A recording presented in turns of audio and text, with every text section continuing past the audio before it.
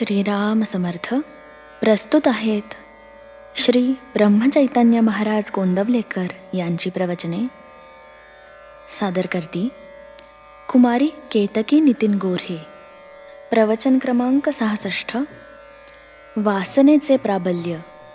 माझ्या निरूपणाचा तुम्हास विसर पडतो म्हणून बरे आहे. एखादी गोष्ट चांगली आहे आणि ती मिळाली तर सुखप्रद होईल. या गोष्टीची आठवण असूनही आपण ती मिळवण्यासाठी प्रयत्न करीत नाही, हे अगदी अयोग्य आहे. हे पापच आहे. जर आपल्याला समजलेच नाही तर ते न करण्यात पाप नाही, परंतु समजूनही न करण्यात अत्यंत पाप आहे. खरे म्हणजे प्रयत्न करणे हे आपल्या हातात आहे. आपण ऐकतो की अंतःकाळी जी मती तीच गती. मृत्यूसमयी जशी वासना धरावी त्याप्रमाणे आपल्याला पुनर्जन्म प्राप्त होतो. तेव्हा वासनेतच आपला जन्म आणि वासनेतच आपला अंत.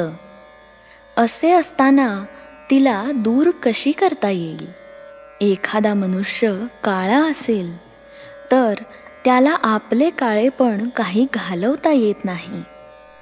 त्याप्रमाणे वासना असणे हा मनुष्याचा एक सहज गुण आहे. तो त्याला पालटता येत नाही.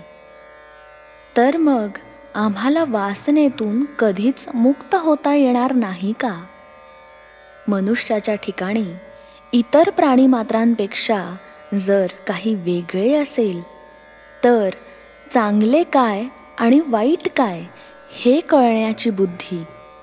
आपण कळून सवरूनही वासनेला, अहमपणाला आधार देतो, इथेच आपले चुकते. आपला अहमपणा इतका खोल गेलेला आहे की आपल्याला हे सर्व माझेच वाटते. माझी बायको, माझी मुले, माझे घर, माझे माझे म्हणून किती सांगावे. त्या माझेपणामुळेच अहमभाव वाढीला लागून सर्व काही आपल्या मनाजोग येतो. आपल्याला सुख देणारे हवेसे वाटू लागते आणि दुःख अगदी नकोसे वाटते. अर्थात जगात कोणालाच नुसते सुख मिळत नाही. असे असूनही अहमपणाला बळी पडून सुखाच्या लालचीने मनुष्य मरेपर्यंत बरी वाईट कृत्ये करीत असतो आणि त्याप्रमाणे त्याची वासना बनत जाते. वासना म्हणजे अभिमान, म्हणजेच मीपणा. अशा रीतीने अहमपणाच जर वासनेचे मूळ अधिष्ठान आहे तर तो का नको घालवायला? खरोखरच मनुष्याचा अहमपणा इतका खोल मुरलेला आहे की त्याचे निर्मूलन करायला तसेच सूक्ष्म अस्त्र पाहिजे. नामा इतके प्रभावी आणि सूक्ष्म अस्त्र दुसरे कोणतेच नाही. ते परमेश्वराच्या अगदी जवळचे आहे. परंतु एवढे असूनही आपण ते आवडीने, निष्ठेने घेत नाही. आम्हाला सर्व काही समजते, परंतु नामस्मरण करण्याचा आळस आपल्यात भरलेला आहे. भगवंत करता आहे असे अनुसंधान जो रात्रंदिवस ठेवील त्याचाच अहंकार जाईल, हे ध्यानात ठेवून आपण भगवंताचे नाम घ्यावे. मनाने भगवंताचे होणे हे भक्तीचे मर्म आहे.